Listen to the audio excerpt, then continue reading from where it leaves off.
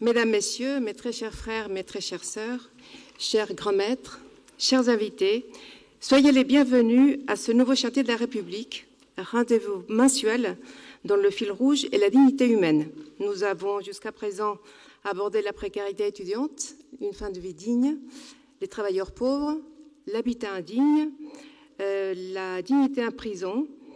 Ce soir, notre sujet est « Ô vieillesse ennemie ». Nos vieilles sociétés se soucient-elles de la vieillesse?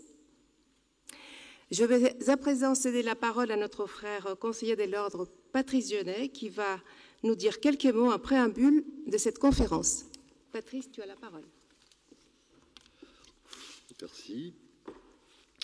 Grand maître, mon très cher frère Guillaume, mes très chers frères et sœurs conseillers de l'ordre, mes très chers frères, mes très chères sœurs, mesdames et messieurs, ô vieillesse, serais-tu devenu mon ennemi, comme le clamait Don Diego?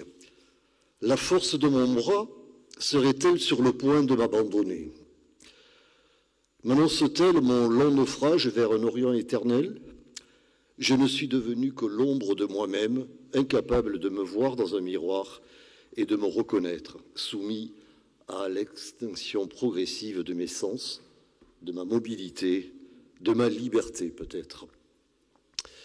J'ai 80 ans et j'appartiens à cette caste dite du grand âge, celle qui compte dans l'Hexagone près de 2,5 millions de personnes. On a beau me dire que le grand âge est davantage une construction sociale qu'une réalité objective, je suis saisi par le mal vieillir, celui qui me guette et qui revient obstinément alimenter mes pensées, le jour, la nuit, tout le temps. Simone de Beauvoir m'avait alerté lorsque mes facultés me permettaient encore de voir, de lire et de me concentrer. Elle qui écrivait que l'homme ne vit jamais à l'état de nature, car dans sa vieillesse, comme à tout âge, son statut lui est imposé par la société à laquelle il appartient. Elle, encore, qui soutenait que, pour la société, la vieillesse apparaissait comme une sorte de secret honteux dont il était indécent de parler. Elle, encore, qui nous expliquait avec lucidité que c'est une vérité empirique et universelle, qu'à partir d'un certain temps, l'organisme humain subit une involution dont le processus est inéluctable.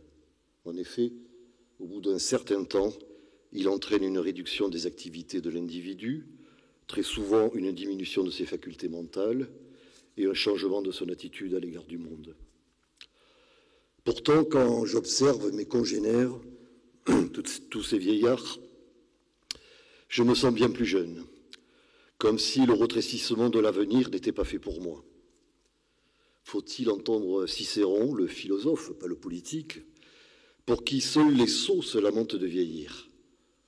À chaque âge ses vertus, à chaque âge ses plaisirs, écrivait-il, tout en promouvant un art de vieillir pour avancer dans la vie, sans aigreur ni regret. Mais en aurais-je la force dans une société qui s'est arrangée pour organiser cet avenir sans vraiment me consulter, en m'assignant à résidence sous le prétexte d'un maintien à domicile, pour être accompagné dans ma perte d'autonomie, ou bien encore en résidence identitaire, en me versant dans un de ces établissements conçus par de jeunes architectes, ignorant tout de moi, prétendant à ma stimulation cognitive, pour ne pas dire parfois avec hypocrisie, à mon épanouissement. On me promet maintenant une protection contre un risque de maltraitance, mais de quelle maltraitance veut-on me protéger? De votre indifférence, de ma désocialisation, de mon confinement dans une chambre médicalisée, de la défaillance des services publics dans l'offre de soutien médical dans une diagonale du site? En réponse, on vient de légiférer, il y a tout juste 2 mois, en m'accordant un droit de visite quotidien, pardon du peu, en me permettant d'accueillir un animal de compagnie si je devais bientôt franchir le seuil d'un établissement d'hébergement, comme si la compagnie d'un animal allait suppléer mon isolement des autres, de ceux que j'aime. Établissement d'hébergement pour personnes âgées. Tout est dans le mot « hébergement ». Quand on héberge, c'est pour quelque temps. Je l'ai bien compris. On veut me garantir une bonne prise en charge, une charge. Voilà comment je suis stigmatisé. Le drame de la vieillesse, ce n'est pas qu'elle nous ôte nos plaisirs, mais qu'elle nous distrait de nos projets, disait Albert Camus. Alors, comment pouvez-vous m'aider à réconcilier dans une vision humaniste mon projet de fin de vie avec une société qui tente à me reléguer dans une sphère qui affecte ma dignité, associant dépendance et perte d'autonomie? Pouvez-vous prendre un peu de temps pour distinguer la dépendance incapacitaire, qui renvoie à un état individuel et biologique, et la dépendance lien social, qui résulte d'un parcours social et biologique? Les réponses médicales sont plus curatives et individuelles, alors que les réponses sociales sont plus préventives, collectives et correctives des inégalités. Et avez-vous bien compris que la confusion sociétale entre dépendance et perte d'autonomie peut sous-tendre que le fait de ne plus pouvoir faire seul les principaux actes de la vie quotidienne peut me conduire à ne plus pouvoir décider de ma façon de vivre? Réduire la dépendance au seul état incapacitaire occulte la dynamique d'interaction entre la personne et l'environnement social. Alors voilà pourquoi, mesdames et messieurs, au-delà d'une estimation de la dépendance au sens médical du terme, il serait également important d'apprécier enfin comment la personne est dépendante, de qui et de quoi. J'ai dit. Merci Patrice. J'ai été ce que vous êtes, vous serez ce que je suis. C'est le très beau slogan de Mathusalem, association d'entraide maçonnique qui agit au-delà des genres, des rites ou des obédiences. Elle vient en aide à nos frères et sœurs dont le grand âge ne leur permet plus de participer à nos travaux. Éric Stamm est actuellement médecin conseil au sein de l'Agence régionale de santé Auvergne-Rhône-Alpes. Après avoir exercé une activité libérale, il a été médecin conseil puis médecin chef de service au sein du service médical de l'assurance maladie. Depuis 5 ans, il est référent médical sur le versant autonomie, personnes âgées, personnes handicapées, de la délégation départementale du Rhône et de la métropole de Lyon. À ce titre, il s'est intéressé à la question de la contention. C'est l'action destinée à limiter la mobilité d'une personne. Un établissement médico-social, action qui peut être une atteinte aux droits fondamentaux, posant des questions légales, éthiques et déontologiques. Il propose sur le sujet une analyse transverse, s'appuyant sur ses compétences universitaires initiales, doctorat en médecine, doctorat en droit et master en management des établissements. En 2023, il soutient un master en philosophie de la santé. Cela lui a permis de développer une réflexion sur les versants éthiques et philosophiques des questions d'autonomie et de dignité chez la personne âgée en France. Titulaire d'un master d'économie de la santé, Guenaëlle Omesser est directrice adjointe de la direction de l'offre des soins, de l'autonomie et des parcours à la Fédération nationale de la mutualité française depuis janvier 2019. Elle est une experte des politiques sociales et médico-sociales. Économiste de la santé, elle pilote aujourd'hui l'animation et la représentation des gestionnaires mutualistes dans le domaine social, médico-social et sanitaire. Elle est également investie dans plusieurs organismes, membre du bureau et conseil d'administration de la Fondation Médéric Alzheimer, elle en est la secrétaire, membre du conseil de la Caisse nationale de solidarité pour l'autonomie, CNASEA, membre du bureau et du conseil d'administration d'Arpavi, important gestionnaire associatif des résidences pour personnes âgées en France. J'invite M. Éric Stamm à prendre la parole.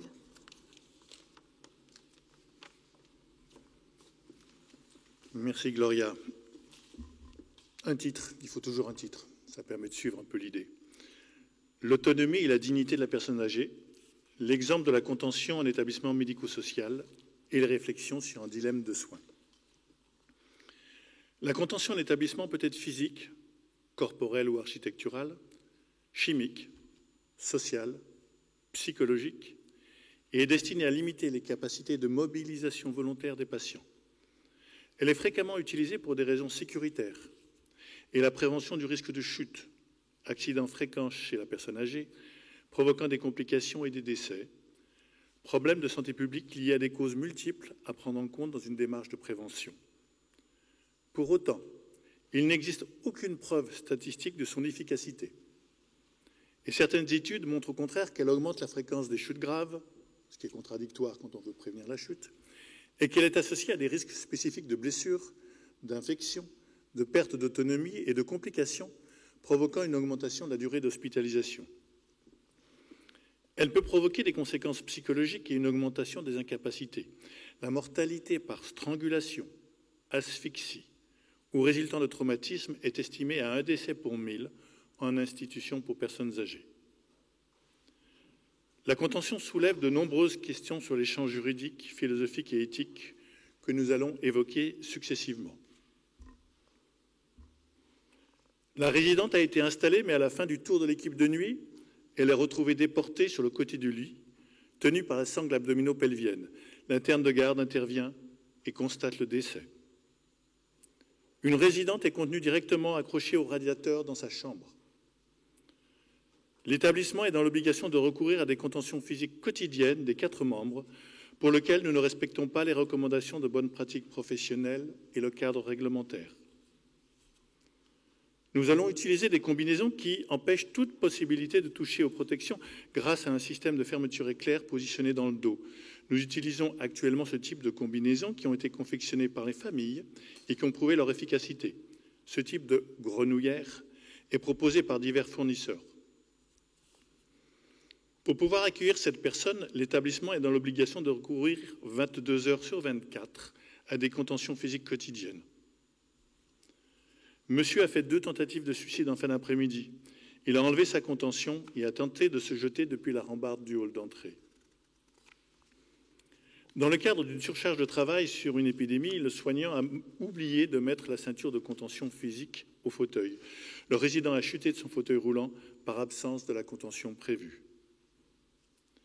Une famille souhaite une contention totale pour leur mère, comme à l'hôpital, contention de nuit type Sécuridra. Elle souhaite décider des mesures de contention. Au vu de la mise en échec de toute solution éducative ou de soins, la direction a demandé une prescription médicale pour une contention adaptée de type gilet de contention, camisole de force. Mon père a été plusieurs fois enfermé à clé dans sa chambre le soir, quand les soignants faisaient la tournée des chambres. J'aimerais en comprendre la raison. À ma connaissance, un EHPAD n'est pas un lieu de privation de liberté. Je peux vous affirmer que la santé des résidents se dégrade. Quelle vie, quelle perspective pour une personne âgée autre que de recevoir la visite de ses proches? Quelle vie pour les familles qui doivent prendre rendez-vous pour voir un proche comme pour aller visiter un détenu en prison? Si le caractère d'urgence du début de la pandémie est compréhensible, ce n'est plus le cas désormais. Les pensionnaires s'ouvrent en silence. Ce n'est pas une fin de vie qui leur est offerte, c'est une avant-mort. Ces termes sont utilisés par les déclarants d'événements indésirables.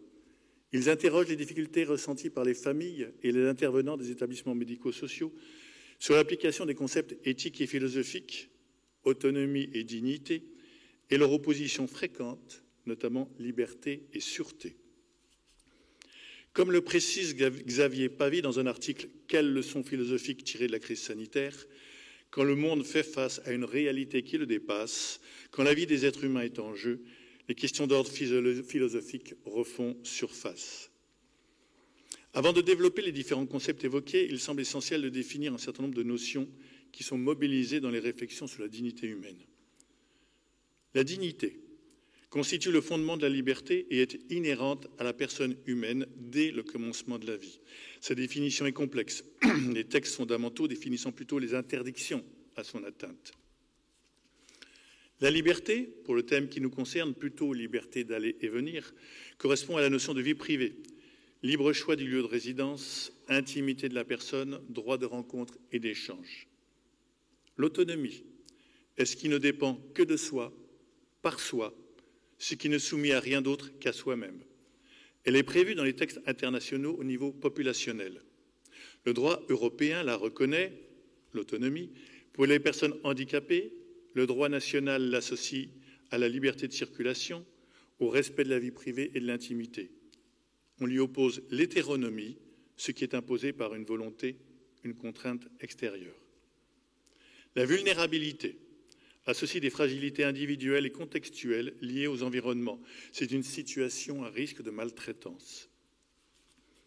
La sécurité est considérée comme un impératif d'ordre public par le Conseil constitutionnel. Le terme sûreté est aussi reconnu comme droit naturel et imprescriptible. La protection est de sens encore plus large et fréquemment opposée au concept de liberté. Elle est reconnue dans le cadre de l'accueil en établissement médico-social par le droit national pour les sécurités alimentaires, sanitaires, le droit à la santé et aux soins, ainsi que le droit à un suivi médical adapté. Dans ces établissements médico-sociaux, ces notions sont fréquemment intriquées, tant en ce qui concerne les réflexions des soignants que dans les référentiels diffusés sur ce thème. Mais une fois ces notions présentées, il reste à se confronter à la réalité, qui révèle l'existence de multiples dilemmes professionnels et personnels et qui nécessite une réflexion sur la responsabilité de la société dans la défense et ou la limitation des droits de la personne âgée. La contention pose de réelles difficultés, conflits collectifs au sein des établissements et individuels pour les intervenants. En effet, si des référentiels opposables existaient, la solution serait simple, mais ce n'est pas le cas. Deux valeurs essentielles et de même rang du droit humain, liberté d'aller et venir et sûreté, s'opposent. La seule loi qui existe en France est prévue par le Code de la santé publique et concerne les établissements de santé mentale autorisés à mettre en œuvre des privations de liberté. Les jurisprudences judiciaires et administratives reconnaissent la pratique de la contention. Dans les établissements pour personnes âgées, ce type de pratique relève du droit contractuel, qui lie résidents et établissements, et dont l'application est complexe lorsqu'il concerne des patients dont l'autonomie de choix est restreinte, voire inexistante. En ce qui concerne les référentiels médicaux, droit souple dont l'opposabilité est limitée, il n'apparaît pas de refus strict de la contention qui est seulement encadré. La pratique existe, fait l'objet de débats et de démarches qualité avec rédaction systématique de procédures. Plusieurs concepts essentiels pour comprendre les difficultés ressenties par l'ensemble des intervenants sont fréquemment mis en œuvre dans les pratiques de contention et de soins, et qui sont classiquement bientraitance, bienveillance, maltraitance. Mais on trouve plus spécifiquement dans la question de la justification ou de son rejet de la contention les concepts de liberté et de sécurité. On doit admettre qu'il existe un dilemme tant individuel que collectif. Le terme est utilisé par l'ensemble des personnes rencontrées. Il existe même un paradoxe. Certains professionnels estimant qu'il n'est pas souhaitable de la mettre en œuvre, mais devant reconnaître qu'ils l'appliquent, car il ne leur est pas possible de faire autrement. En termes de philosophie morale, le dilemme exprime la situation où l'on se trouve lorsqu'on doit faire deux actions sans pouvoir les réaliser toutes les deux, ce qui contraint à choisir entre l'une ou l'autre.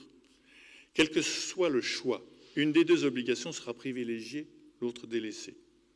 Nous n'arrivons pas alors à savoir quelle est l'option qui constitue notre devoir, qui est moralement obligatoire, ce qui peut constituer directement une difficulté épistémique lorsqu'il est difficile de savoir quel est notre devoir. Perte de liberté ou protection de la sécurité de la personne, ce dilemme, ce conflit, appelle le principe de la sauvegarde de la dignité humaine, qui protège toute personne contre tout acte dégradant ou inhumain qui pourrait la rabaisser au rang de chose. La dignité. La dignité est un concept juridique qui n'est apparu que très récemment. Il ne figurait pas dans les déclarations adoptées par les États-Unis à la France à la fin du XVIIIe siècle et pendant près de 2 siècles. Les droits se fondaient plus sur les notions de liberté et d'égalité. Ce droit fondamental a été reconnu tardivement, au lendemain de la Deuxième Guerre mondiale, par la déclaration de Philadelphie, redéfinissant les objectifs de l'Organisation internationale du travail, le préambule de la Charte des Nations unies, suivi par la Déclaration universelle des droits de l'homme.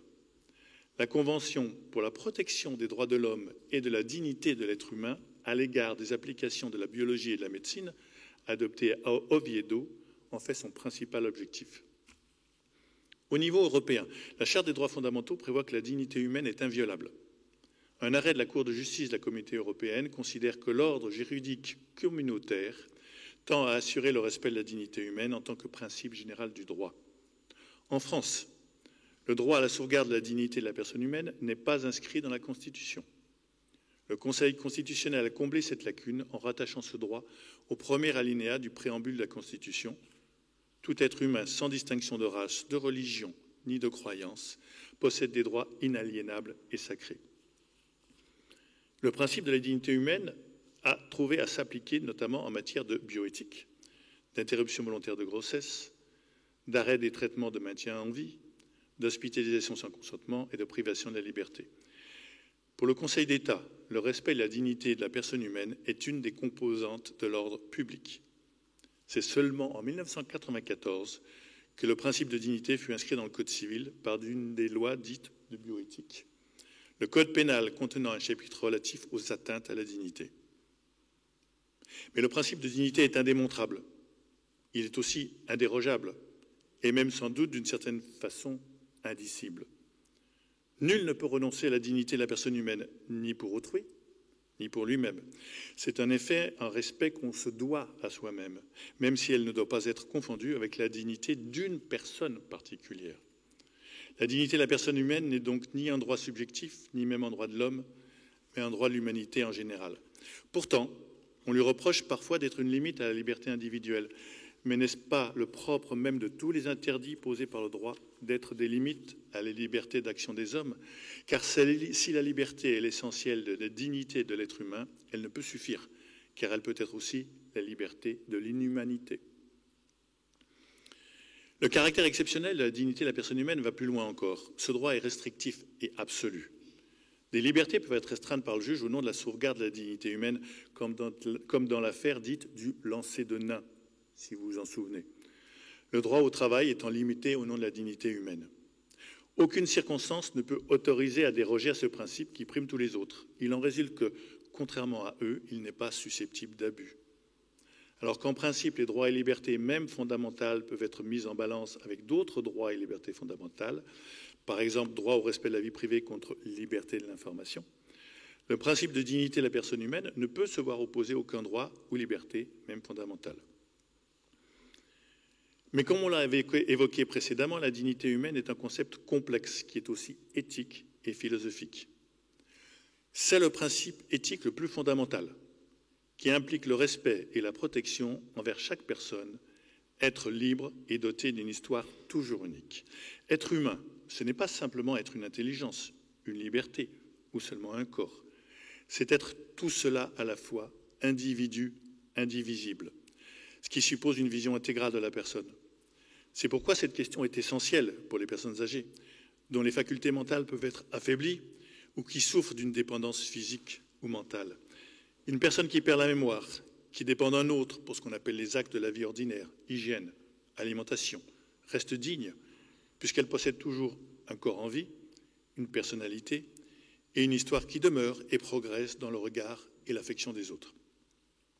La dignité humaine est fondée sur la valeur supérieure de l'être humain, doué de raison, même si cette capacité de raison peut être atteinte par des troubles mentaux ou des dépendances, et donc de liberté, de respect envers nous-mêmes et envers les autres, car l'être humain est un être fondamentalement relationnel. La perception de notre propre dignité implique toujours le regard et la présence des autres, ainsi que notre capacité à contribuer à un groupe, une famille, une association ou une communauté politique.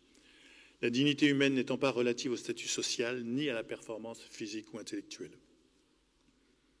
Au plan philosophique, après le juridique, la dignité de la personne humaine implique, selon l'impératif kantien, que la personne ne soit jamais utilisée simplement comme un moyen, mais toujours en même temps comme une fin. L'humain doit être reconnu comme une personne, dotée de volonté, et non pas instrumentalisé par autrui. Ce principe interdit alors de réifier l'être humain en l'utilisant comme une chose, c'est-à-dire en l'aliénant à une autre fin que lui-même. Le principe de dignité implique aussi de ne pas le traiter comme un pur esprit. L'idée demeure fortement ancrée, selon la formule de Pascal, que toute notre dignité consiste en la pensée. On peut évoquer la raison. La dignité telle que conceptualisée par Kant dans la critique de la raison pratique est accordée à tout homme en tant qu'être raisonnable, ce qui, selon Schulman, influence la notion de consentement éclairé. Quelle est alors la place de la personne qui a perdu ses capacités apparentes de choix et d'autonomie, souffrant d'une incapacité ou d'une démence? La personne est en réalité un être incarné, et son corps a des besoins qui doivent être assouvis pour qu'elle soit préservée contre l'asservissement et la dégradation. On le perçoit lorsque la personne est malade ou mourante, cette vision intégrale devant soutenir de façon civilisée de traiter les défunts.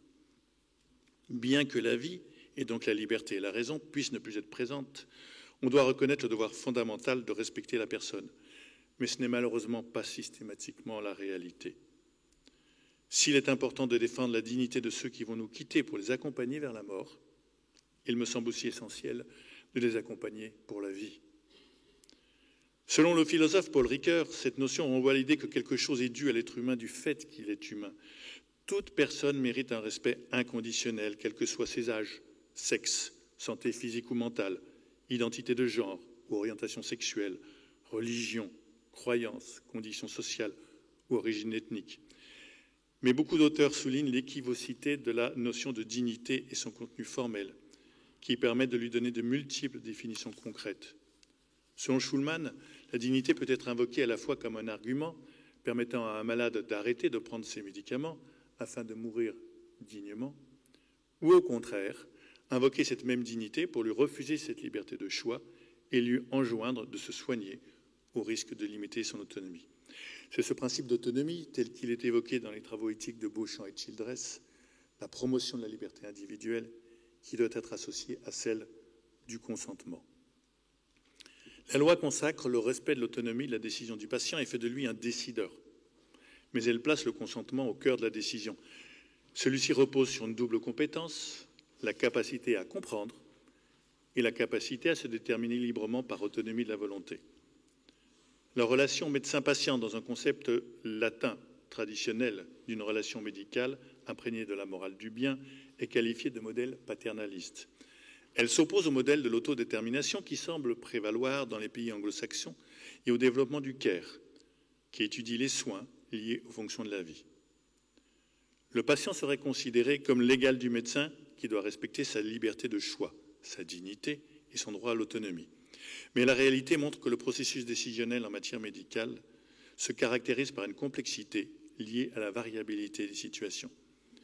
Elle tient également, selon la thèse de Renaud Bouvet, à l'irréductibilité du patient à un être de pure raison qui lui permettrait en toutes circonstances de ne prendre que des décisions rationnelles. L'appréhension des concepts de dignité et d'autonomie nécessite encore bien des travaux. Et elle nous amène à nous interroger sur la responsabilité de la société dans la défense et ou la limitation des droits de la personne âgée. En effet, ne devons-nous pas constater un comportement inadapté de notre société lorsqu'elle se décharge la responsabilité de la décision de privation de liberté sur les professionnels du soin, en décidant que cette privation de liberté, la contention, relève d'un champ médical. Les réalités de terrain, ainsi que le référentiel juridique et pratique qui peuvent être appliqués, lient systématiquement la contention à une prescription ou à une décision, c'est le terme juridique, médicale, avec une mise en œuvre et un suivi des résultats pour le patient par un soignant. Mais la lecture des dossiers relève que la contention n'est qu'un moyen, un outil utilisé pour éviter un accident ou une complication, moyen de prévention qui rassure l'équipe, les familles, parfois aussi le patient, et peut être relié à un acte de soins techniques indépendant, comme l'enveloppement afin de réaliser des prélèvements biologiques. Mais la contention ne correspond pas à l'acte lui-même, il permet seulement de le réaliser. N'y a-t-il pas un discours contradictoire lorsqu'on évoque l'importance du consentement du patient, tout en admettant des pratiques qui lui portent atteinte? N'y a-t-il pas une hypocrisie d'une décharge totale de la prise en charge des personnes âgées sur des professionnels en carence de moyens techniques et humains, au risque pour eux d'une souffrance éthique? En tant que professionnel de santé, je ne peux qu'être étonné de la position d'une très grande partie de la société, législateurs, pouvoir exécutif, soignants, familles, qui considèrent que la décision d'une privation de liberté ne relève que d'une responsabilité médicale. Même pendant la crise sanitaire, il était considéré que seul un médecin pouvait être à même de prendre une décision d'isolement. Pourtant, la voie de recours juridique actuelle d'une telle décision n'est pas une expertise médicale, mais l'avis d'un juge des libertés. Si une compétence médicale permet de définir les indications d'une pratique, aucune formation, aucune expérience ne donne une connaissance particulière justifiant un tel pouvoir, une telle décision qui doit faire l'objet d'une délibération d'équipe en lien avec le choix du patient. C'est seulement à cette condition que le transfert de responsabilité de la société sur un soignant pourrait être justifié et considéré comme valide.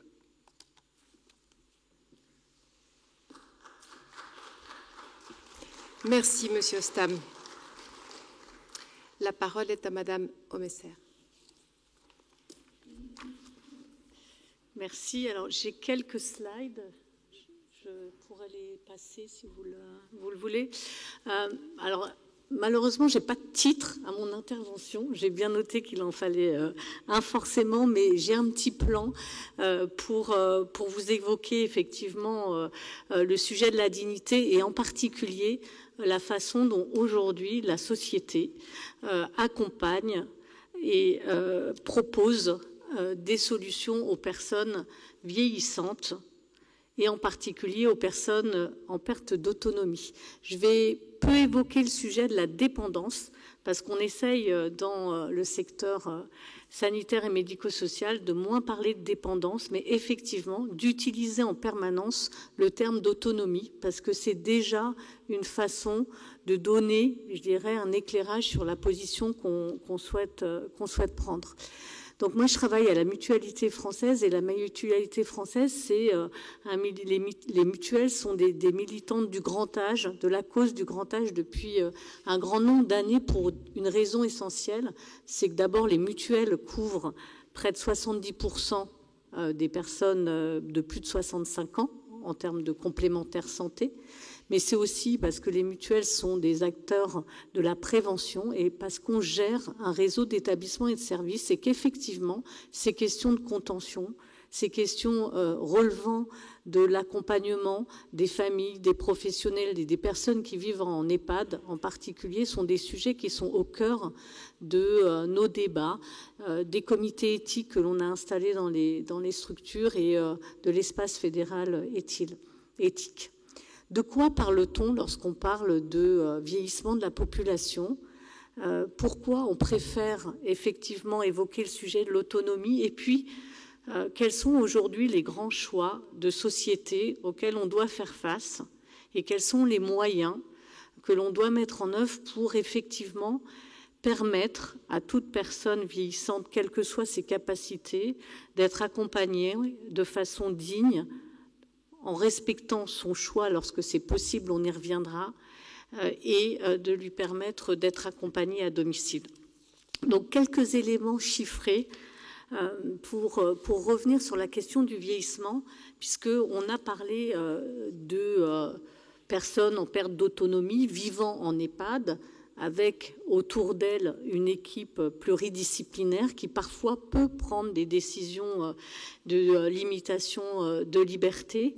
Mais il faut quand même avoir en tête que le vieillissement, ce n'est pas uniquement la perte d'autonomie, et heureusement, ça concerne l'ensemble de notre société, ça concerne l'ensemble des sociétés actuelles, avec malgré tout une espérance de vie, et il faut voir le côté positif de cette situation, une espérance de vie qui ne fait que gagner des années au fil du temps. Donc ça, c'est vraiment un élément sur lequel moi je souhaitais revenir. On sait bien effectivement qu'il y a une explosion dans les années actuelles et à venir des personnes de plus de 75 ans, 85 ans, qu'on a bien entendu également après 2030, vous le verrez, une augmentation importante des plus de 85 ans, mais c'est une bonne nouvelle.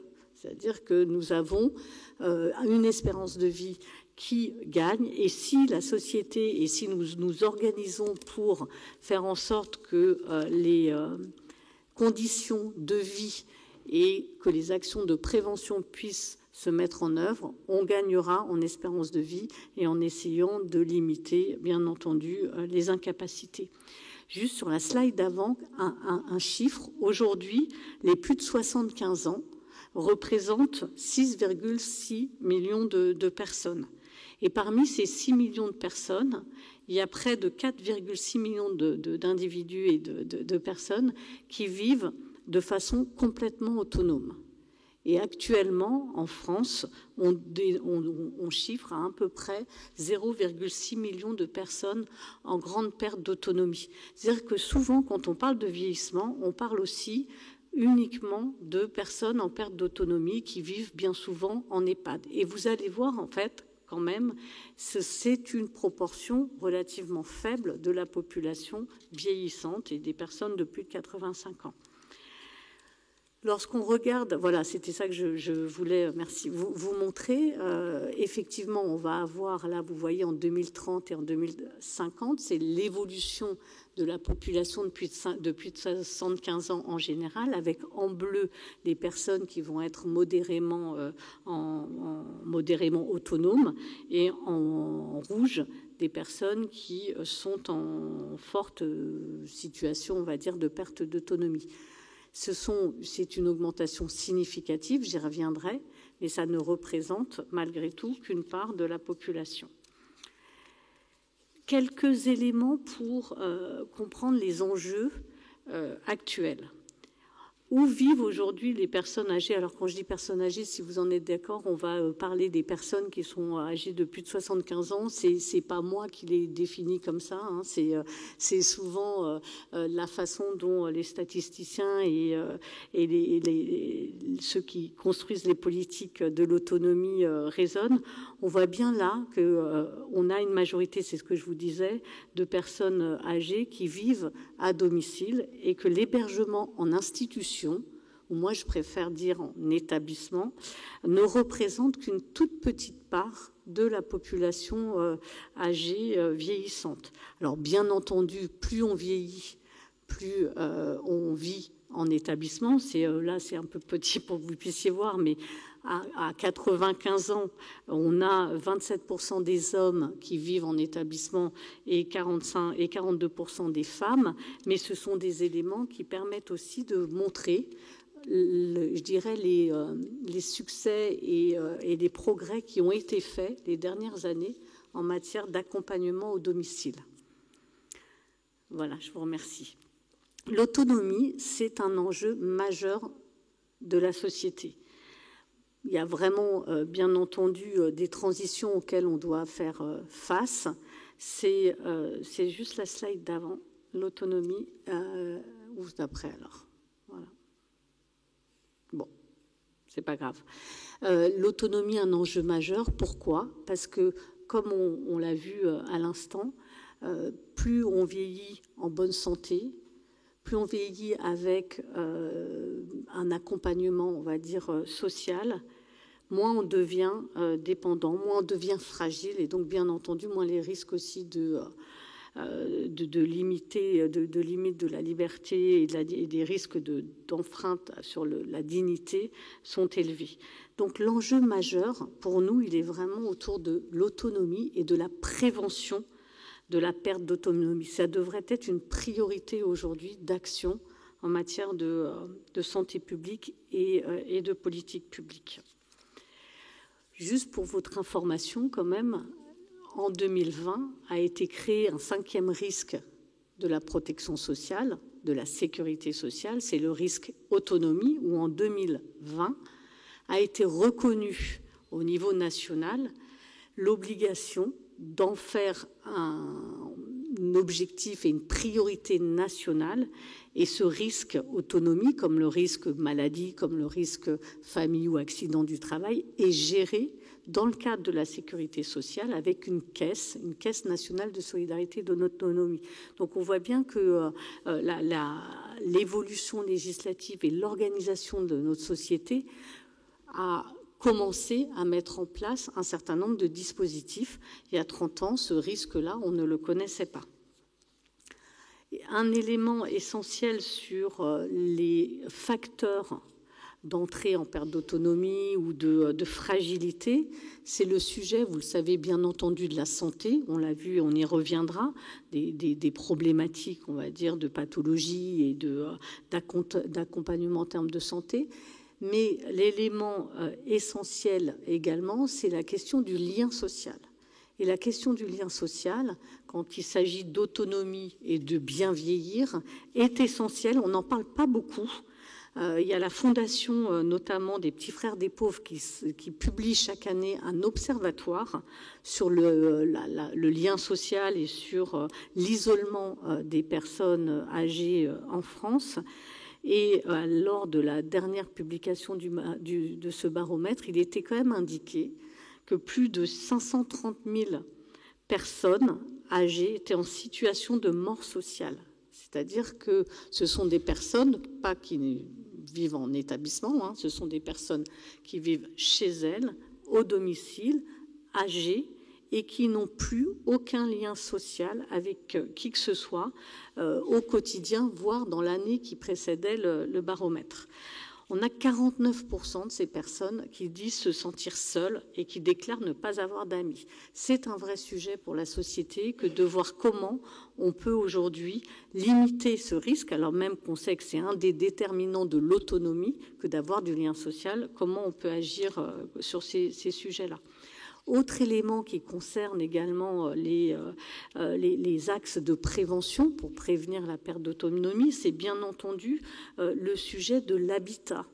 L'habitat, c'est également un sujet de société puisqu'il s'agit bien entendu d'organiser la société autour du vieillissement de la population et de voir comment on adapte l'habitat pour prévenir les pertes d'autonomie, pour adapter l'ensemble des logements, mais aussi trouver des solutions d'habitat qui correspondent aux différents âges de la vie. J'y reviendrai tout à l'heure. Et puis enfin sur les axes de prévention, peut-être si on peut passer à la slide suivante, s'il vous plaît. Voilà, ça je vous l'ai dit, c'est un enjeu majeur. Un élément sur les revenus des personnes âgées. On parle beaucoup d'accès aux soins, d'accès aux établissements et services. Si pour ceux qui vivent à Paris, on sait très bien que le prix moyen d'un EHPAD est extrêmement élevé en région parisienne, le sujet des revenus des personnes âgées est un sujet sur lequel on doit aussi avoir une attention particulière lorsqu'on parle d'accompagnement et de dignité, puisque nous avons aujourd'hui des situations de pauvreté et de personnes qui n'ont pas, et à aucun moment, le moyen à la fois de continuer à vivre chez elles, accompagnées comme elles le devraient être, et en établissement. Et puis, pour terminer, sur les facteurs de risque d'entrée en dépendance ou les facteurs sur lesquels nous devons agir pour gagner l'autonomie.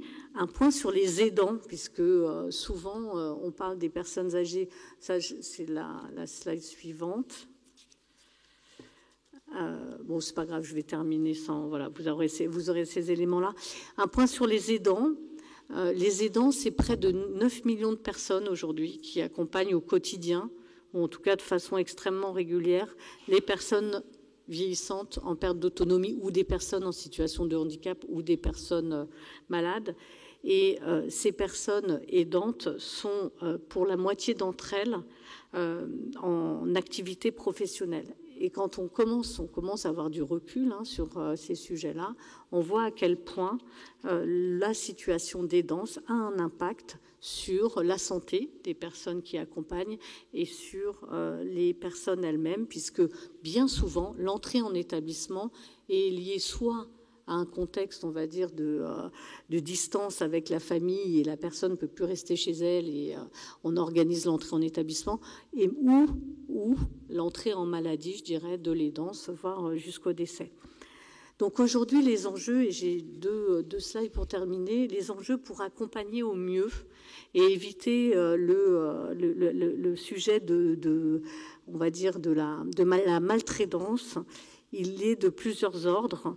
C'est à la fois, je vous remercie, puis on arrêtera là sur les slides, c'est à la fois permettre à chacun de vieillir chez soi, et chez soi, ça ne veut pas dire forcément, et ça c'est un élément essentiel, pas forcément dans son habitat historique. C'est-à-dire qu'on a fait des enquêtes, on a mené des entretiens avec des personnes qui vieillissaient. Et le vivre chez soi, on sait très bien qu'on peut avoir le sentiment de vivre chez soi, même quand on vit dans une résidence autonomie, voire un EHPAD, voire un habitat regroupé, si un certain nombre de conditions sont respectées. Les conditions qui doivent être respectées, c'est la liberté d'entrée et de sortie, c'est la capacité à tout moment de la journée de recevoir des visites, c'est de pouvoir gérer l'organisation de ses repas, c'est un certain nombre de déterminants qui nous permettent de savoir maintenant ce qui va définir ou pas le sentiment d'être chez soi. Donc ça, c'est vraiment un élément important. Et vous voyez, quand on fait s'exprimer des personnes qui vieillissent, le sujet du domicile est un sujet qui arrive, mais vraiment en première ligne. Personne vous dira qu'il a envie d'aller vivre en EHPAD. Enfin, ce qui n'était pas le cas il y a une vingtaine d'années ou une trentaine d'années, où l'EHPAD pouvait représenter, pour notamment des femmes veuves, pouvait représenter le lien social, le confort, l'accessibilité à un centre-bourg, à un centre-ville. Aujourd'hui, quand on échange avec la population en général, l'EHPAD, vous trouverez personne qui vous dira « moi, mon rêve, c'est d'aller vivre en EHPAD ». Donc, on a inventé toute une série de solutions pour permettre aux personnes vieillissantes qui potentiellement ne peuvent plus vivre dans leur domicile historique, de trouver un lieu de vie dans lequel ils se sentiront chez soi. C'est essentiel. L'autre point, c'est vraiment de travailler sur la question du système de santé pour éviter les ruptures de prise en charge. On est quand même aujourd'hui dans un système extrêmement cloisonné entre le sanitaire, le médico-social, le domicile, l'établissement. Et c'est un frein réel à un accompagnement digne des personnes qui sont aujourd'hui âgées et malades. C'est vraiment un sujet sur lequel l'ensemble de la société doit se mobiliser.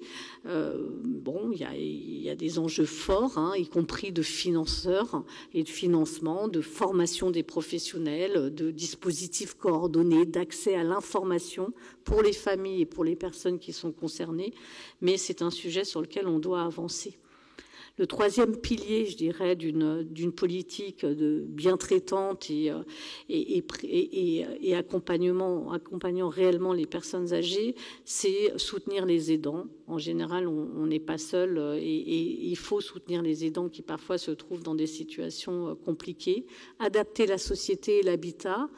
J'en ai parlé autour des logements, mais c'est aussi faire en sorte que dans les villes, dans les communes, on trouve des bancs, par exemple, on trouve des endroits où s'asseoir pour que les personnes âgées puissent sortir de chez elles, des toilettes publiques. Il y a tout un dispositif, une accessibilité au transport collectif.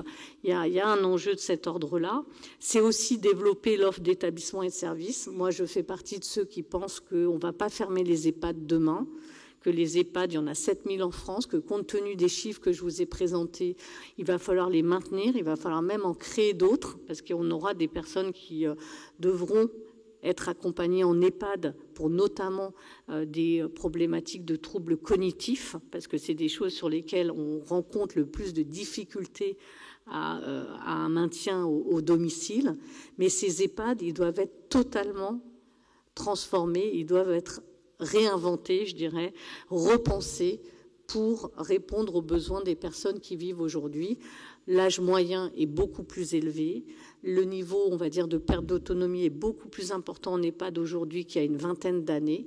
Et il faut arriver à s'organiser pour les transformer, les ouvrir sur le territoire et faire en sorte que ça soit à la fois des vrais lieux de vie pour les personnes qui y vivent, mais aussi qu'on soit en capacité de leur apporter les moyens dont ils ont besoin, et en particulier l'accompagnement en soins. Dernier point, quand même, qui est à repenser, ou en tout cas à retravailler, c'est la question de l'accessibilité. Que vous soyez à Paris, ou que vous habitiez la Creuse, ou Nice, ou la Bretagne, vous n'avez pas du tout le même nombre d'établissements et de services. Vous n'avez pas du tout une accessibilité à l'offre identique. En région Île-de-France, c'est plus de 4 000 € en général le mois en EHPAD. Vous êtes sur un autre territoire, vous allez pouvoir avoir accès à des tarifs qui soient plus accessibles. Vous avez sur certains départements des services à la personne qui se sont énormément développés et qui permettent un maintien à domicile très puissant. Sur d'autres, vous ne trouverez pas les mêmes services. Donc il y a une disparité territoriale qui est très très forte et qui interroge aujourd'hui sur notre capacité à accompagner tout le monde dans ces problématiques. Et pour conclure, ce que je voulais également partager avec vous, c'est qu'il y a deux éléments qui me semblent essentiels pour accompagner dignement l'ensemble de la population, je dirais, sur ces questions de vieillissement, c'est que rien ne sera possible sans les personnes elles-mêmes. C'est-à-dire qu'il va falloir commencer à prendre l'habitude d'interroger, de se mobiliser, de faire en sorte qu'on entende les personnes âgées sur leurs propres choix et sur l'avenir qu'ils souhaitent. Il y a des choses qui commencent à émerger, des associations qui commencent à émerger, mais on voit bien qu'on est loin aujourd'hui d'entendre la voix des personnes âgées et des aidants. Le sujet de la démocratie en santé, de la démocratie sanitaire doit aussi toucher ce secteur-là, et on doit, au-delà des dispositifs qui existent, permettre une liberté d'expression et une mobilisation. Je démarrais tout à l'heure en vous disant que la mutualité était militante du grand âge. Il faut s'organiser pour effectivement entendre plus encore les attentes de ces personnes qui forcément évoluent aussi d'une génération à l'autre. Je pense qu'on réagira aussi autrement que nos parents ou nos grands-parents par rapport à la vieillesse. Et l'autre point, pour conclure, c'est que rien ne sera possible non plus sans des professionnels formés, de qualité et en nombre pour accompagner cette transition démographique. Aujourd'hui, il manque près de 300 000 personnes pour accompagner dans les établissements et services les personnes âgées en perte d'autonomie. Vous avez vu les chiffres, demain il en faudra encore plus. Mais le risque est vraiment d'ouvrir des établissements et des services, mais sans professionnels. Et il va falloir que la société redonne et valorise ces métiers-là, qui sont des métiers du care, de l'accompagnement, qui sont des métiers magnifiques, mais qui aujourd'hui ne sont pas suffisamment valorisés, reconnus dans la société comme étant des métiers essentiels. Et sans ces professionnels, on n'arrivera pas à répondre aux enjeux et à accompagner ces personnes dans toute la dignité que l'on doit mettre en œuvre. Voilà, je vous remercie. Merci beaucoup, Madame Aumesser. Alors, la parole est maintenant à vous. Nous allons recueillir des questions par groupe de 3. José, si tu veux bien venir récupérer un micro.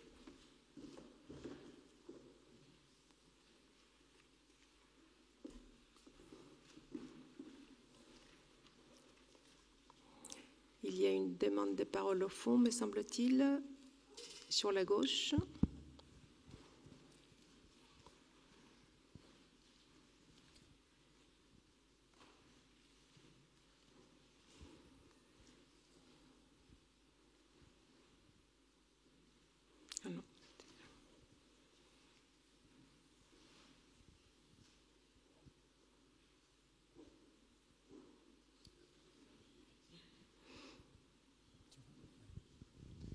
Bonjour madame, bonjour monsieur.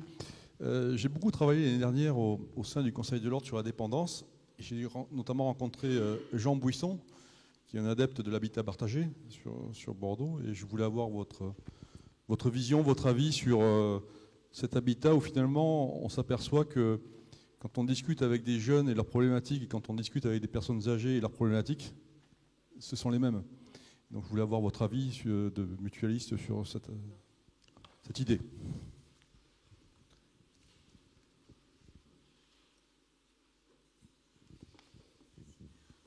On est vraiment favorable à diversifier les réponses à apporter, et donc il y a beaucoup de mutuelles qui ont développé de l'habitat. Alors à l'époque, ça s'appelait l'habitat intermédiaire entre le domicile et l'établissement.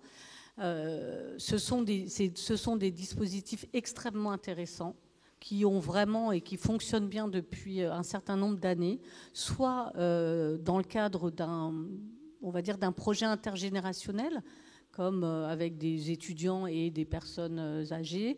On a aussi des dispositifs qui permettent de vivre ensemble entre des personnes en situation de handicap, parce qu'on n'en a pas beaucoup parlé, mais il y a aussi des personnes en situation de handicap qui vieillissent, et ça aussi c'est une bonne nouvelle. Mais par contre, ça nécessite qu'on trouve des solutions et qu'on invente des projets avec eux, parce que leurs besoins ne sont pas les mêmes que des personnes âgées qui vieillissent. Et donc l'habitat partagé, l'habitat inclusif, c'est une très très bonne réponse pour les personnes qui ont envie justement de partager un projet. Après, se développe également de l'habitat partagé pour des personnes en grande perte d'autonomie. Je ne sais pas si vous en aviez visité. Le dispositif est aussi intéressant, mais par contre, on n'arrive pas à trouver actuellement un modèle économique qui fasse que ça soit accessible pour des personnes avec des faibles revenus, parce que les charges collectives, on va dire, sont réparties entre 7-8 résidents ou locataires, mais pas comme dans un EHPAD avec en moyenne 80 résidents. Alors, moi j'ai une question. Vous avez dit qu'il fallait sûrement réinventer les EHPAD pour plus d'humanité, plus de confort, plus de respect de la dignité de la personne âgée. Est-ce qu'il y a des perspectives, des réflexions sur des nouveaux modèles d'EHPAD ? Oui, ça fait un moment qu'effectivement les établissements s'adaptent aussi à la population et à des personnes qui évoluent et qui sont très différentes depuis maintenant une dizaine d'années. Il y a 10 ans, on rentrait à 75 ans avec une perte d'autonomie très légère. Aujourd'hui, on rentre en moyenne à 85 ans avec un niveau de dépendance beaucoup plus élevé. Donc les projets évoluent. Ce que je voudrais dire par rapport à ça, c'est qu'effectivement, il y a un gros travail à faire pour accompagner mieux les personnes en perte d'autonomie, mais aussi pour les EHPAD de s'ouvrir sur l'extérieur. Et ça, c'est un élément qui a démarré.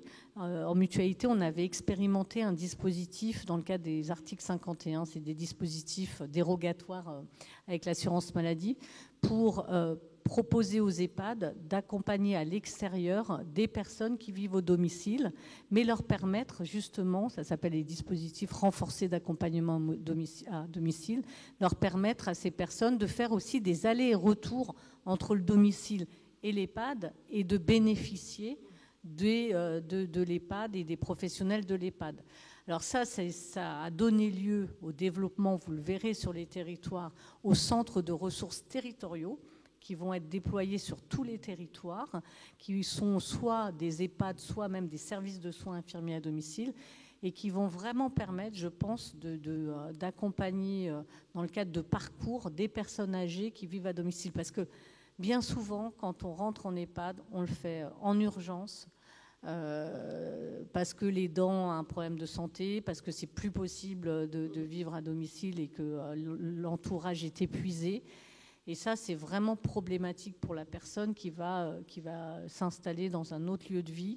Et donc, l'idée, c'est vraiment de prévenir au maximum. Et je ne l'ai pas évoqué, mais il y a des dispositifs comme l'accueil temporaire, qui sont des dispositifs qui fonctionnent bien, soit en sortie d'hôpital, soit en période régulière dans l'année, ou de l'accueil de jour, qui sont aussi des dispositifs qui se développent. Donc, l'avenir de l'EHPAD, c'est vraiment l'ouverture sur l'extérieur, le lien avec le domicile, et également un renforcement des expertises médicales et paramédicales.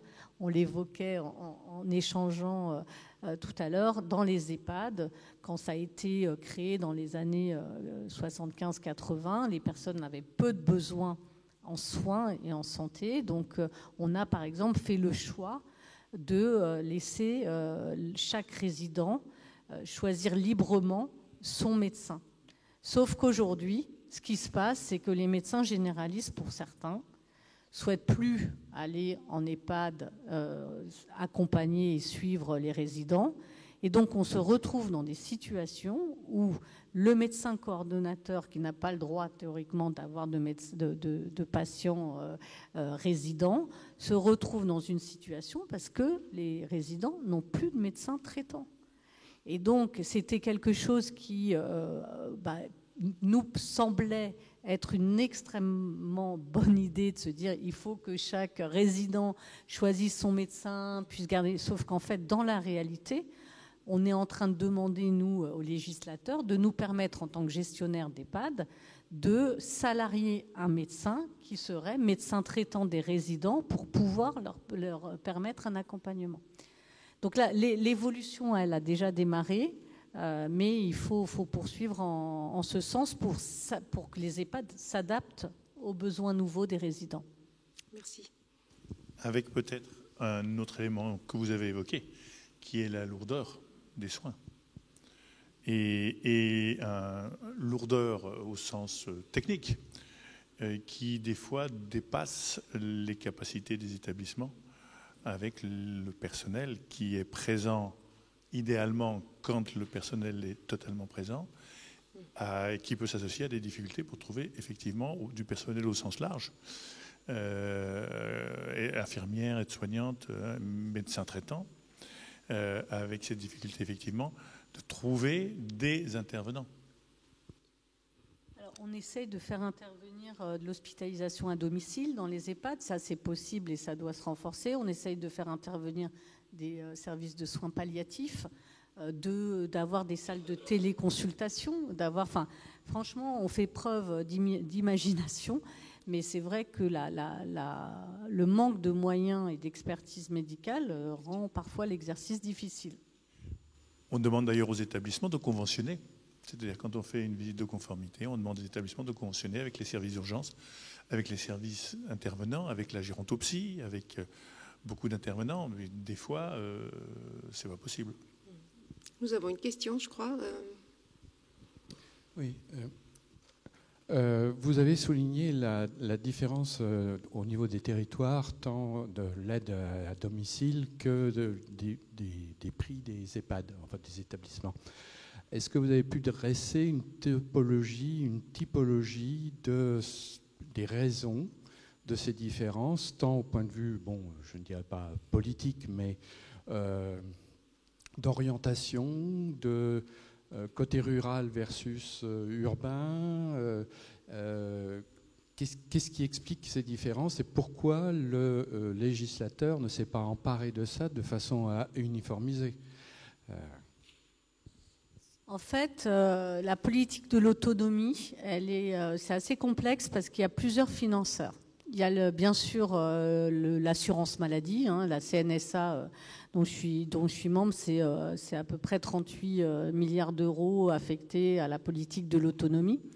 Mais cette politique de l'autonomie, elle est menée aussi sur les territoires par les départements. Et donc les conseils départementaux agissent sur le sujet de l'autonomie par différents biais.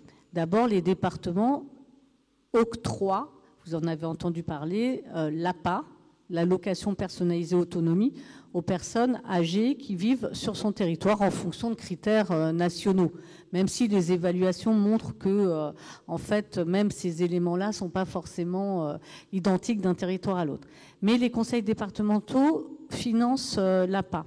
Les conseils départementaux vont également participer à une partie du financement des EHPAD, puisque dans le cadre d'une tarification ternaire qu'on aimerait d'ailleurs bien voir évoluer, parce que c'est un secteur extrêmement complexe, un EHPAD va être financé par l'assurance maladie, par le département pour la dépendance et par les personnes elles-mêmes, il ne faut jamais oublier de le dire, pour le tarif hébergement.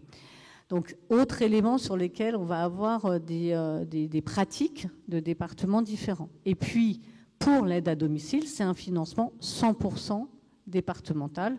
Et donc là, chaque département, même si maintenant on a un taux horaire pour financer les services d'aide à domicile plancher, il en reste néanmoins que les départements, en fonction de leurs ressources, en fonction du nombre de personnes âgées ou d'autres personnes en situation de handicap ou vulnérables, etc., qui vivent sur son territoire, va définir une politique en faveur des personnes âgées qui va avoir un résultat différent. Donc c'est vraiment cet élément-là qui aujourd'hui crée ces grandes disparités. Après, vous évoquiez le prix des EHPAD. Le prix des EHPAD, il dépend de la nature du gestionnaire qui gère cet EHPAD. Il y a 3 types de gestionnaires. Il y a les gestionnaires, les établissements publics, qui là pratiquent des tarifs qui sont dans le cadre voilà, de la politique publique définie et qui sont en général assez bas. À l'autre extrémité, les gestionnaires relevant de structures commerciales comme Orpea, Corian et autres, on va dire, entreprises privées à but lucratif. Et puis les gestionnaires comme la mutualité ou le monde associatif de l'économie sociale et solidaire qui pratiquent pour la plupart de leurs des établissements des tarifs habilités à aide sociale, donc qui sont plafonnés par le conseil départemental. Et certains départements, jusqu'à très récemment, et ça pour des raisons politiques, avaient décidé de ne pas laisser s'installer sur leur territoire, par exemple, des opérateurs commerciaux. Ou certains départements avaient rendu obligatoire pour chaque gestionnaire d'avoir des places habilitées à l'aide sociale. Donc, c'est-à-dire vraiment limiter, je dirais, l'augmentation ou le niveau des tarifs à l'hébergement. Sans oublier un quatrième intervenant dans le financement, qui sont les agences régionales de santé. Alors, bien sûr. Ouais. Encore une question. Bien sûr, pour tout le volet soins. Mais donc, d'après vous, c'est majoritairement selon les ressources des départements ou des régions qu'on a cette typologie différente d'aide. Oui, sur les financements. Après, vous avez des départements ou des territoires sur lesquels vous avez eu un très fort investissement associatif qui a déployé depuis des années de l'aide à domicile. Et là, vous allez avoir une accessibilité à l'accompagnement à domicile beaucoup plus importante que sur d'autres territoires. Parce qu'il n'y a pas de normes, en fait. Les ARS n'ont pas mis en place de normes qui nous permettraient de dire, voilà, pour telle proportion de personnes de plus de 85 ans sur tel département, il faudrait X places d'EHPAD, par exemple. Donc, on commence à voir des politiques publiques, on va dire, qui flèchent là où il y a des besoins, heureusement. Mais aujourd'hui, la situation, elle est très différente d'un territoire à l'autre. Est-ce que nous avons une question ici?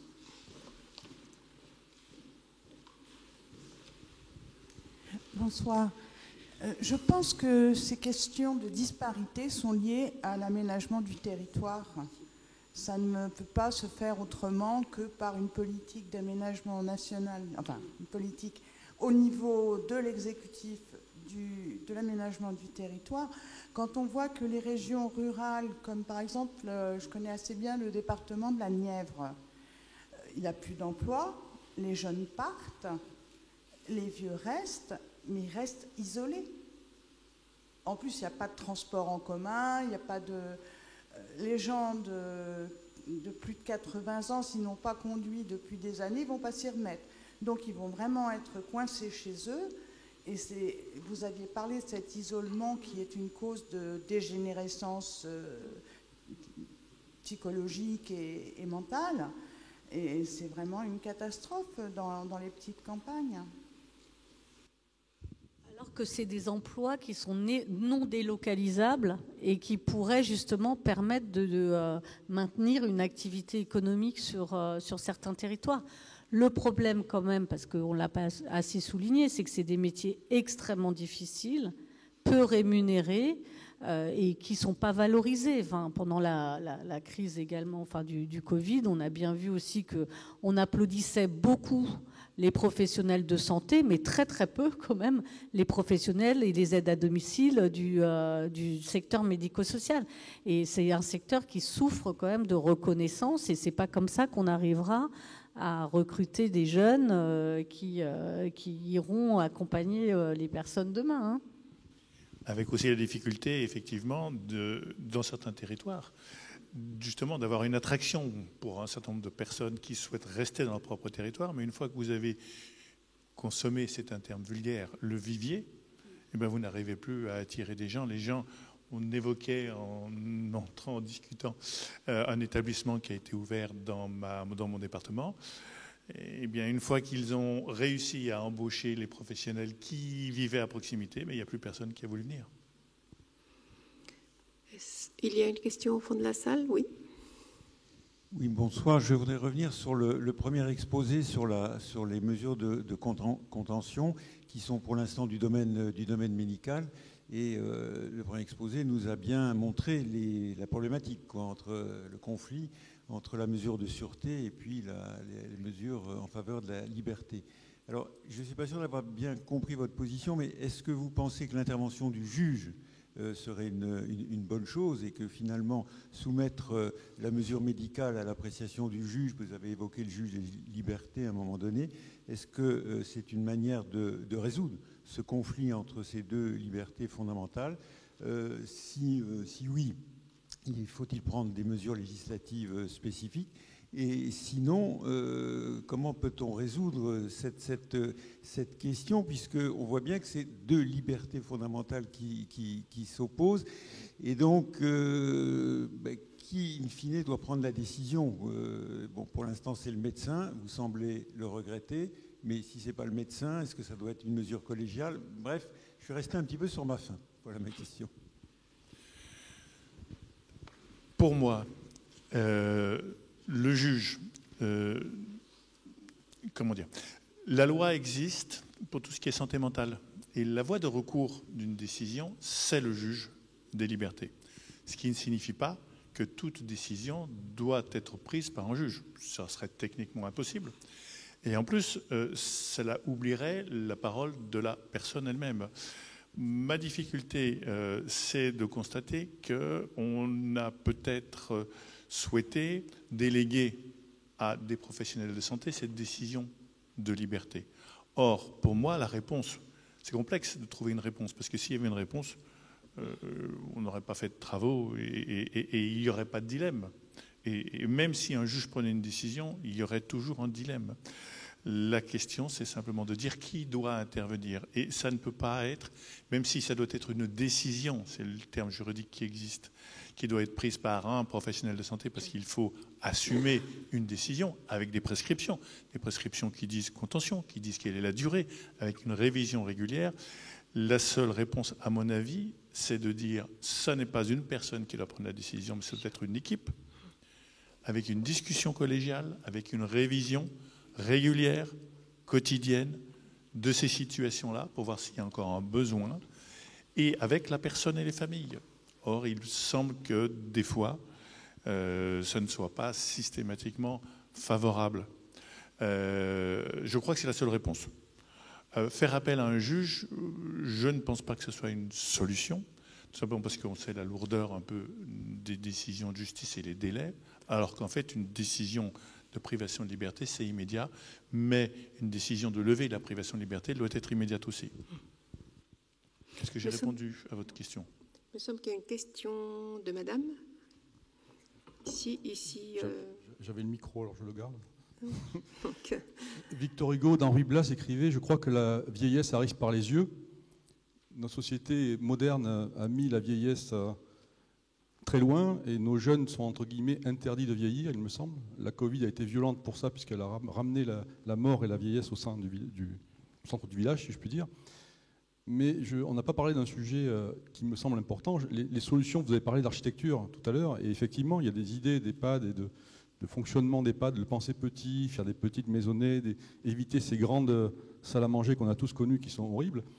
Il y a un point qui pose problème, du moins dans tout ce qui est associatif et qui n'est pas à but lucratif, c'est l'argent.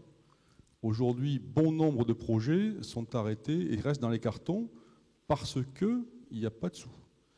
Et quand on discute avec les personnes qui gèrent donc, le médico-social, ils sont une équation à résoudre qui est compliquée. Et des associations qui gèrent des EHPAD aujourd'hui sont en grave difficulté à cause des financements. Donc, est-ce que vous avez des propos rassurants par rapport à ça? Parce qu'on a l'impression que le politique est loin et ne voit pas arriver cette vague, cette déferlante. Nous allons prendre peut-être aussi la question de madame.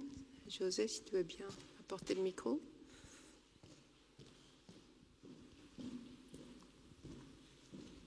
Merci. Vous parliez tout à l'heure des hébergements en EHPAD en disant qu'il y avait une possibilité qui permettait des séjours temporaires, mais pour y avoir été personnellement confronté, c'est très limité dans le temps Et souvent, les problématiques des personnes âgées, ce n'est pas 2 mois. Voilà, le problème perdure et vous avez besoin d'un petit peu plus de temps, même si vous ne voulez pas envisager un placement, un hébergement définitif dans un établissement. Vous n'avez pas, la plupart du temps, le temps ni les moyens, selon les départements, d'organiser un retour à domicile avec les services qui vont avec. Et c'est d'une rigidité implacable et extrêmement difficile à gérer. Vous avez raison. Et quand je parlais de structuration de l'offre, vraiment l'idée, c'est de travailler sur justement les ruptures de parcours et comment on permet à la personne... Donc comment éviter les ruptures de parcours et comment faire en sorte que l'accueil temporaire qui est limité à 3 mois, à 2 sur la Bretagne, et voilà, enfin, c'est des choses qu'on remonte en permanence au pouvoir public. Le problème, après, ça rejoint la question de monsieur, c'est la question des financements. C'est-à-dire qu'on est perpétuellement à la recherche de financement, soit pour maintenir un équilibre économique, et je ne parle même pas de bénéfices, vraiment je parle d'équilibre économique, soit de dégager une possibilité d'investissement pour rénover, pour faire évoluer et c'est une vraie problématique que nous avons et qui s'est accentuée, il faut bien le dire, par 2 choses dernièrement. La situation des EHPAD après le Covid, puisqu'il y a eu beaucoup de décès dans les EHPAD et donc une diminution du taux d'occupation, c'est assez technique, mais du nombre de personnes vivant dans les établissements. Donc ça a eu un impact sur les recettes, les ressources des établissements. Et l'autre chose qui vraiment, depuis 2 ans, pénalise énormément les établissements, mais comme tous les établissements, y compris les hôpitaux, les services d'aide à domicile, etc., et tout le secteur économique, c'est l'inflation. Et si vous voulez, les dotations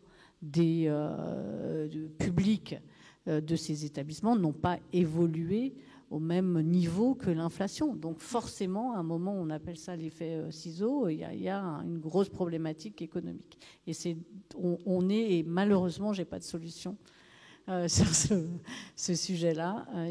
Il va falloir dégager des moyens nouveaux et supplémentaires, même si tous les ans, il y a quand même des moyens. On n'est pas dans un pays qui n'attribue pas de budget et de moyens à la politique de l'autonomie. Je vous parlais de 38 milliards, ça progresse chaque année, pas suffisamment, mais ça progresse. Mais il y a un moment où il va falloir effectivement passer le cap supérieur.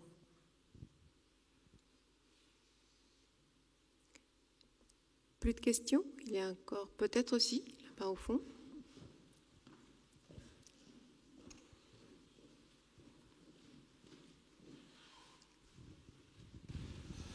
Oui, moi j'ai une question, savoir si une personne qui veut rentrer en EHPAD, déjà si elle peut le faire en dehors de sa ville ou son département, voire de sa région, pour plusieurs raisons. Il y a l'aspect coût. On sait par exemple qu'en région parisienne, c'est plus cher qu'en province. Et la deuxième raison, c'est que les gens qui rentrent en EHPAD aiment bien avoir des visites de la part de leur famille qui ne sont peut-être plus dans la région où elles habitent, qu'elles peuvent être... par exemple en province ou voilà, à l'autre bout de la France.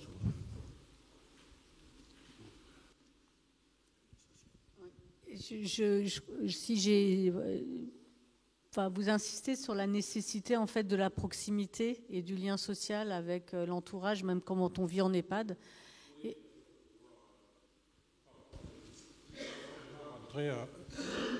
Oui, tout à fait. C'est-à-dire, est-ce qu'une personne qui va chercher une EHPAD à 500 km de chez elle, est-ce qu'elle va trouver de la place, quoi? Ça, c'est peut-être pas évident.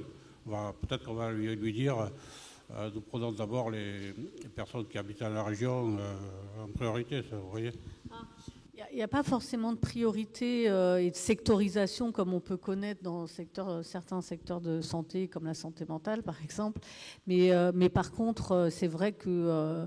on peut penser que l'équipe va pas forcément impulser, on va dire, une entrée rapide si la personne se retrouve complètement isolée. Enfin, Il faut vraiment faire en sorte que l'établissement soit proche malgré tout, soit du lieu de vie de la personne, pour qu'elle puisse garder ses habitudes, recevoir ses voisins, recevoir sa famille, soit, et ça arrive quand même assez régulièrement, des personnes qui vont, en arrivant dans un autre département, se rapprocher de sa propre famille et en général de ses enfants. La notion de rapprochement familial est essentielle. Quand les personnes font... on a des démarches maintenant de dépôt de dossiers par l'intermédiaire d'outils informatiques. Et donc, en fait, c'est vrai que la proximité, le lien social, la possibilité de justifier un rapprochement familial font que c'est quand même beaucoup plus favorable, plutôt que de recevoir quelqu'un qui perdra tous ses liens, parce qu'on sait que, par définition, ça sera une déstabilisation majeure pour la personne. Ça ne veut pas dire que la personne sera refusée, mais ça veut dire qu'il est quand même préférable que la personne garde ses liens, parce qu'on a, depuis le début, on évoque tous les deux la notion de lien social, de la communauté. Quand on perd cette communauté, on a des risques quand même de difficultés majeures pour les personnes accueillies. Est-ce que nous avons encore des questions dans la salle? Plus de questions? Bien, je remercie beaucoup nos intervenants. Les mots de conclusion reviennent à notre grand maître. Cher Guillaume, tu as la parole.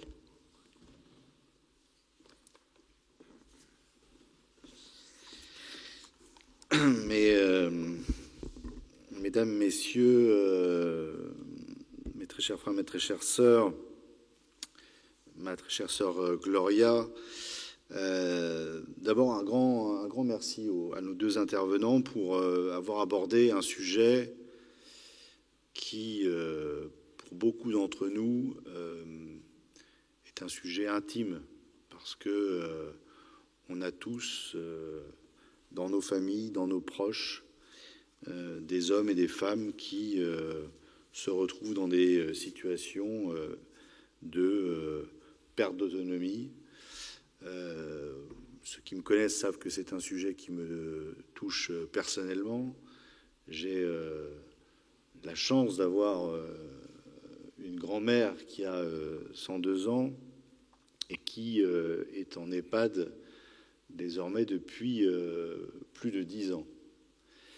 Et c'est vrai que mon appréhension lors de son hospitalisation, puisque comme vous l'avez dit, chère madame, c'est que très souvent, l'entrée en EHPAD se fait lors d'un accident, lors d'une difficulté de santé.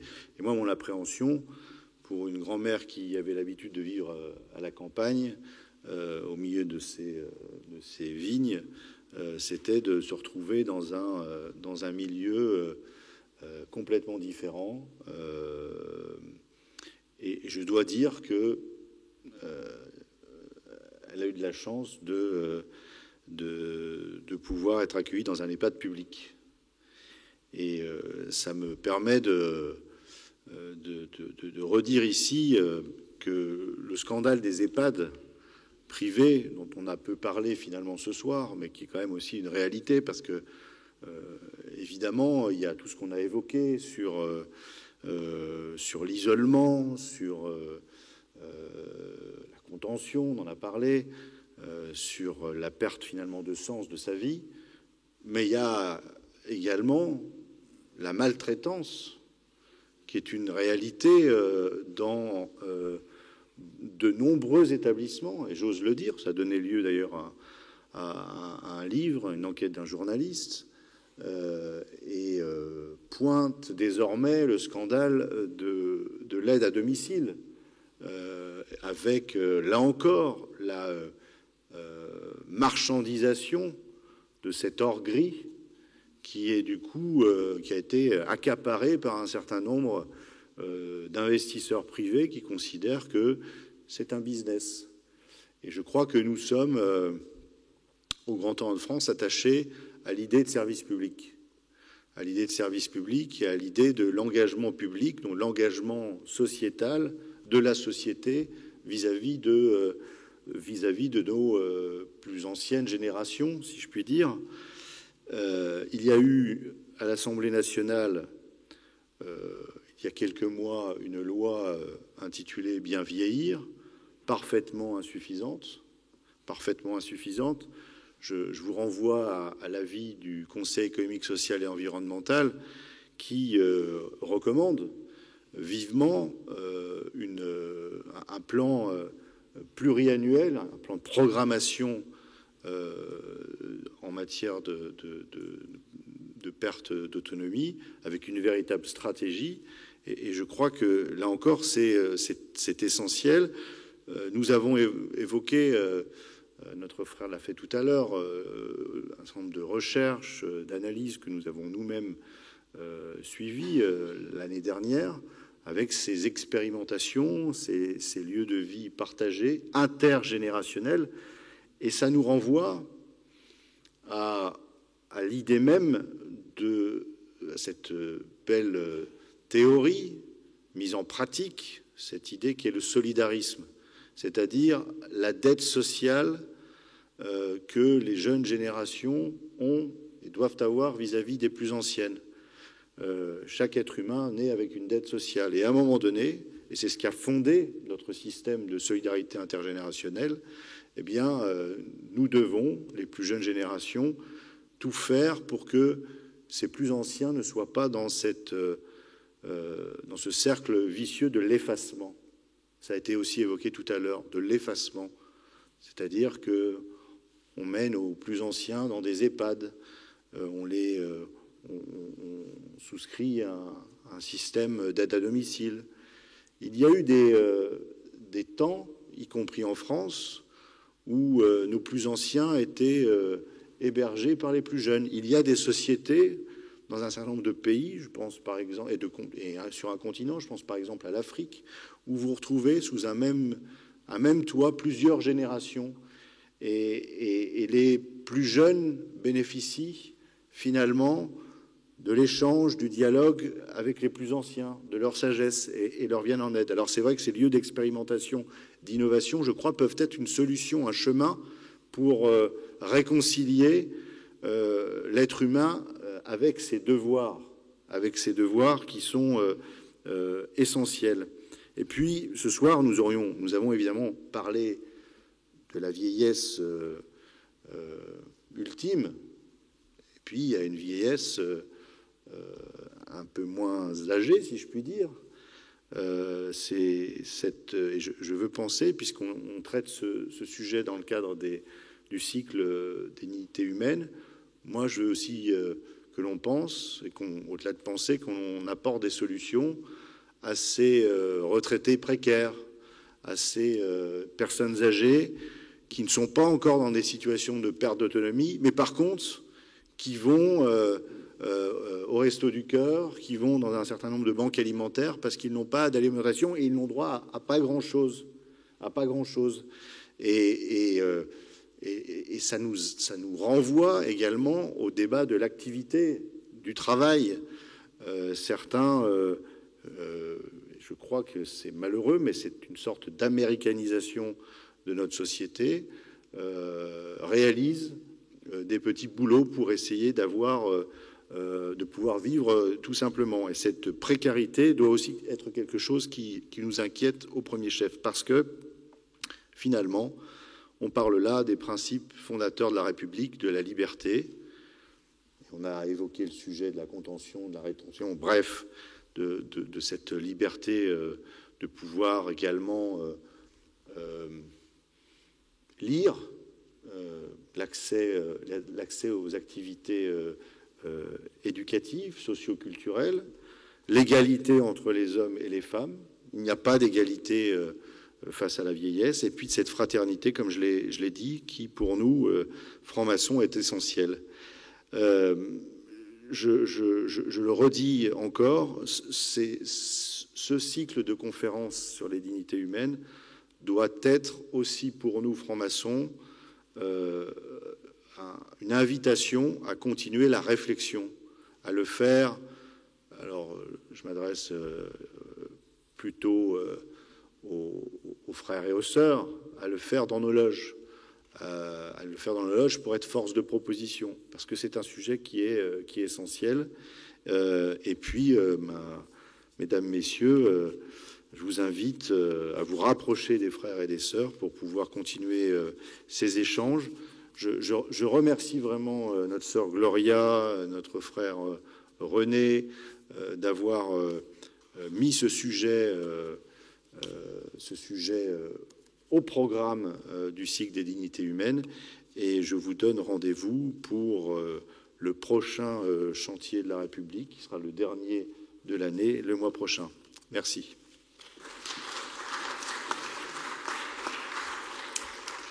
Merci Guillaume. Encore une fois, merci à nos intervenants. Merci pour vos éclairages sur cette ultime étape, sur le bout du chemin de nos aînés. Mesdames, Messieurs, mes très chers frères, mes très chères sœurs, merci à vous de votre présence ce soir.